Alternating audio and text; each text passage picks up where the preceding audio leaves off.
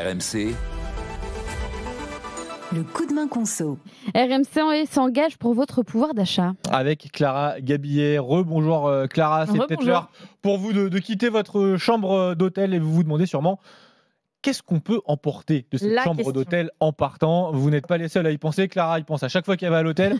Et un tiers des vacanciers ont déjà pris des affaires à l'hôtel selon le site hotel.com. Mais alors Clara, faire attention, experte dans le domaine, on ne peut pas tout prendre dans la chambre d'hôtel. Le matelas, on le laisse dans la chambre. Oui, à notre plus grand malheur, parfois on rêverait d'emporter ce super coussin sur lequel on a si bien dormi.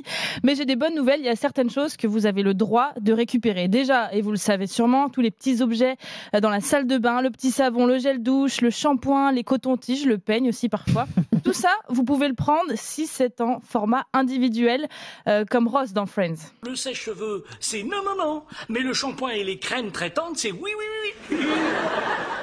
En ce qui concerne poivrière et salière, ce n'est pas permis. Ah, mais le sel en revanche, j'aurais peut-être dû y réfléchir avant. Pas le contenant, mais le contenu. Ouais, c'est une question de nuance. Ça ne marche pas, par exemple, donc si le gel douche est fixé au mur, ce qui est de plus en plus fréquent, là, évidemment, vous n'allez pas décrocher la bouteille du mur et emporter la bouteille. Vous avez le droit aussi de prendre les petits blocs-notes, les crayons en papier, les stylos posés sur le bureau. Ça, c'est pour vous. Et c'est même souvent un petit souvenir, d'ailleurs, que vous laisse l'hôtel.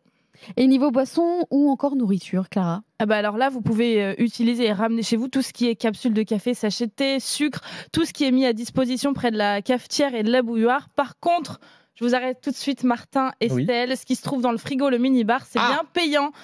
Les boissons, les sucreries, tout ça, vous pouvez le prendre, mais ce sera ajouté à la facture que vous devrez payer en partant, forcément. Oui, ça risque de peser lourd au final.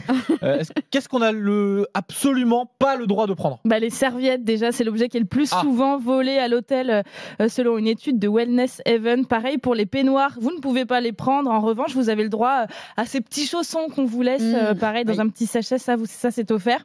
Et dans ce qui doit rester dans la chambre, évidemment, il y a aussi la literie, les coussins, les draps, le matelas un peu compliqué à emporter. Plus compliqué à mettre dans la valise. Je suis sûre qu'il y en a qui ont déjà essayé. Les cintres aussi, le petit électroménager, le sèche-cheveux, la bouilloire, tout ça, ça reste comme le mobilier. Bon voilà, comme ça, si vous partez d'un hôtel, vous savez un peu ce que vous pouvez emmener ou non.